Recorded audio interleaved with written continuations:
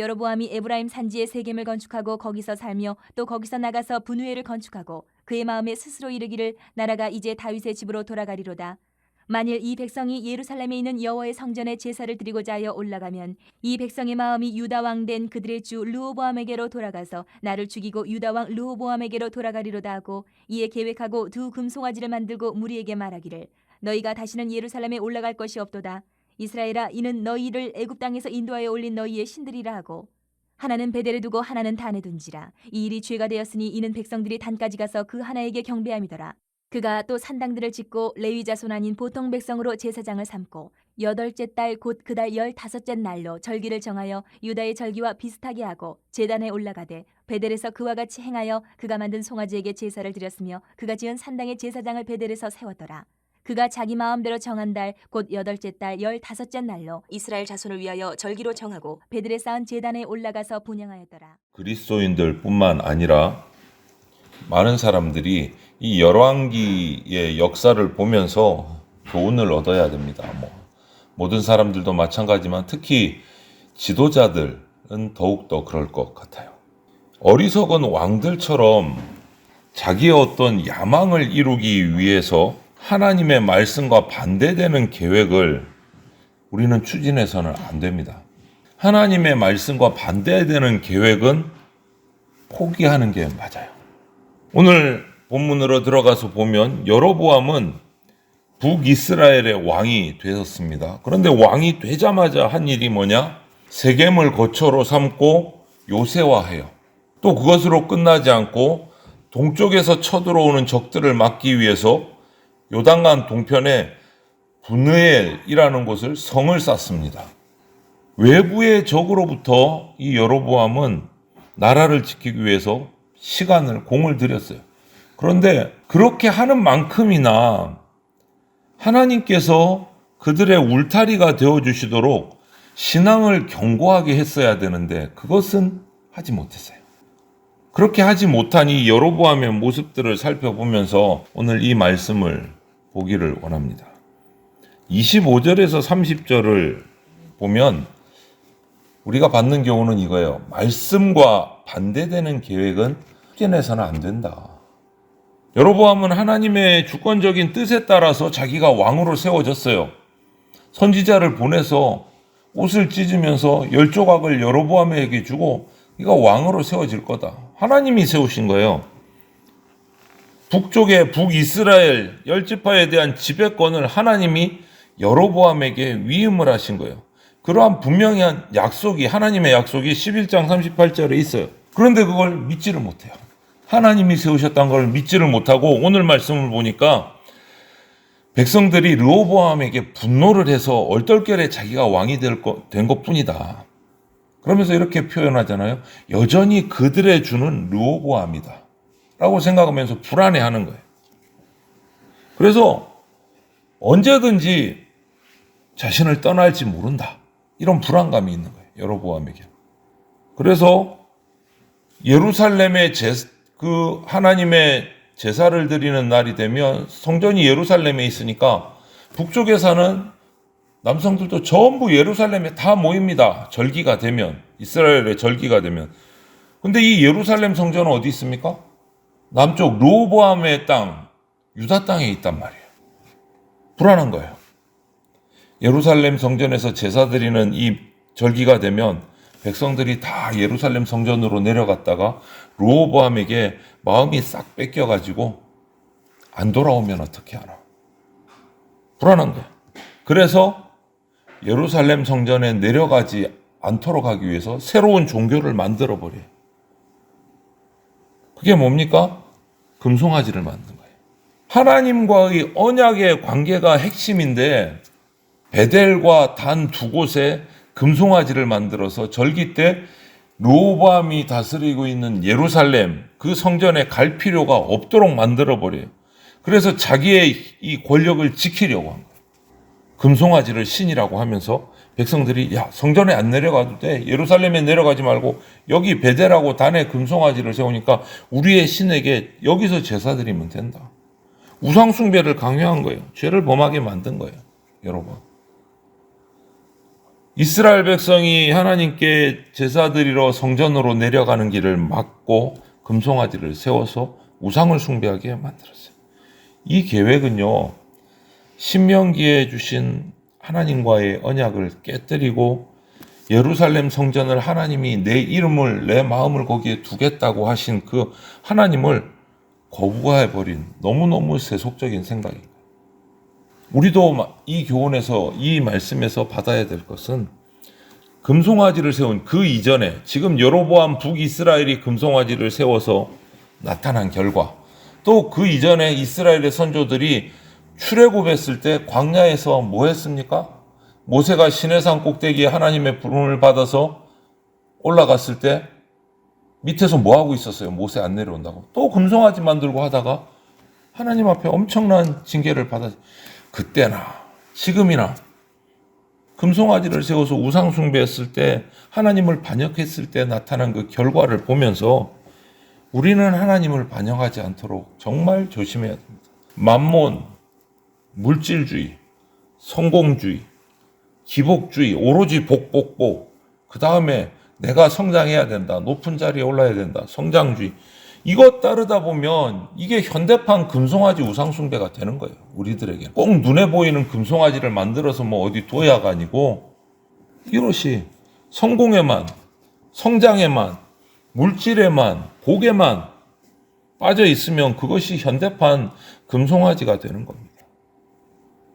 이스라엘 백성을 애굽 땅에서 출애굽시키시고 해방시키시고 약속의 땅으로 인도하신 분은 하나님이세요.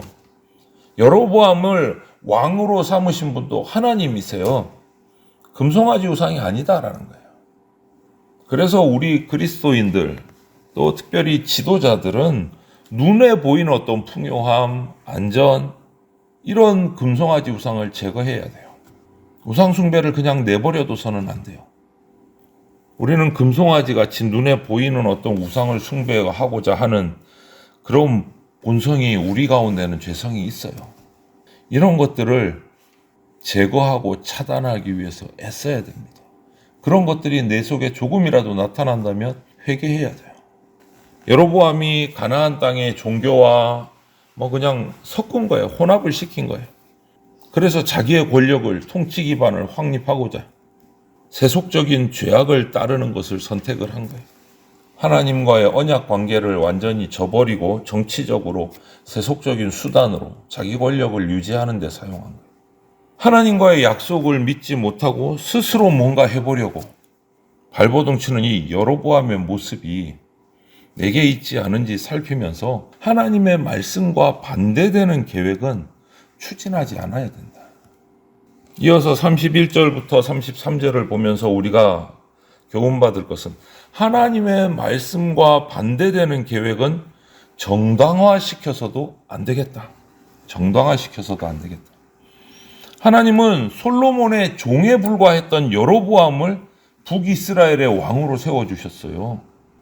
다윗같이 언약에 충성하는 왕이 되라고 말씀을 해주셨어요. 여로보암에게. 그러면 그 나라의 왕으로서 계속 왕노릇할 수 있도록 해주겠다고 약속을 하셨어요.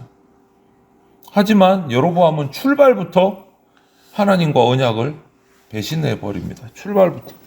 금송아지를 베델에 세우고 단에 세우고 백성들이 우상 숭배하게 만들고, 거기다가 덧붙여서 이제 그 금송아지에게 제사를 드리려고 하니까 제사장이 필요한데 레위 자손이 아닌 그냥 일반 백성을 뚝딱 세워가지고 제사장으로 삼고, 마음대로 절기를 정해서 금송아지를 섬기게 하고, 오늘 본문에 나오잖아요. 마음대로. 자기 마음대로.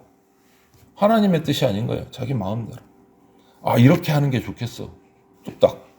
또 산당도 짓고 그것을 제사를 하기 위해서, 금송아지 제사를, 우상숭배를 위해서 산당도 짓고.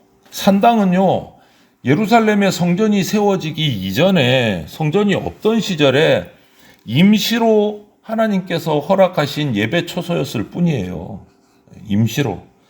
이제 솔로몬에 의해서 성전이 세워지고, 또 출애굽 때는 모세를 통해서 성막이 세워지고, 성막과 성전이 세워진 이상 다른 곳에서 하나님께 제사 드리는 것은 엄격하게 금지가 됐어요.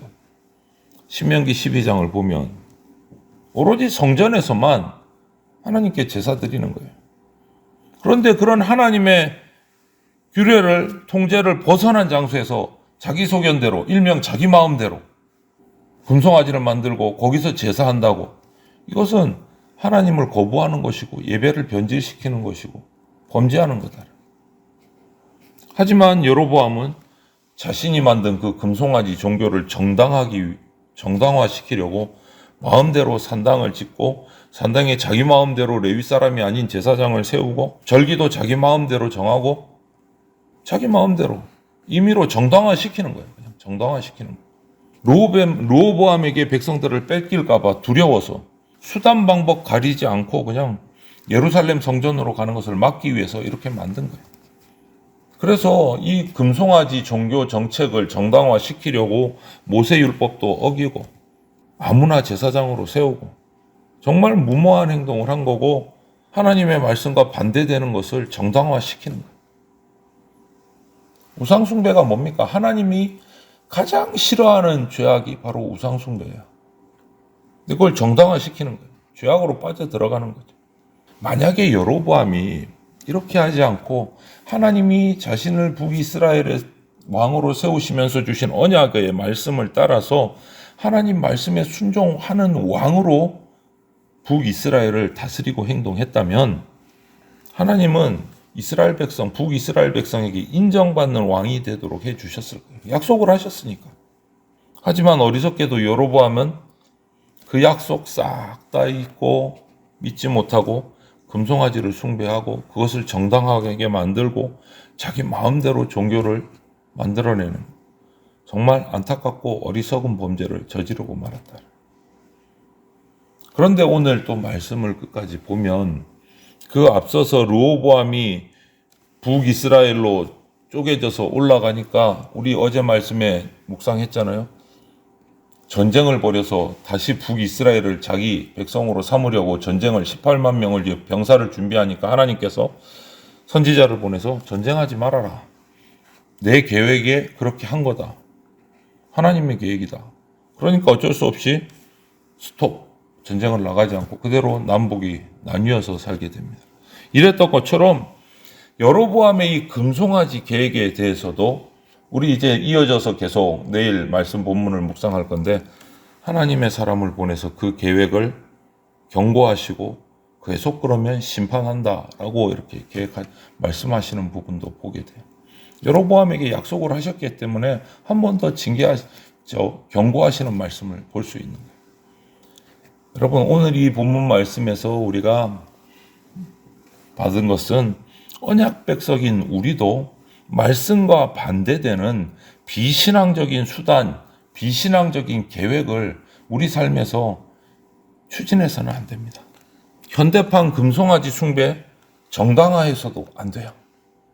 내 욕심 때문에 자기 부정, 절대 순종의 신앙인 이 하나님 신앙을 기복 종교로 변질시키고 타락시켜서는 안 됩니다. 여로보암은 하나님 절대 숭배, 이 하나님을 섬기는 이 신앙을 금송아지 신앙으로 완전히 변질시켜 버렸잖아요. 우리는 그렇게 해서는 안 된다는 거예요. 그렇게 하려면 우리가 무엇이 필요하냐?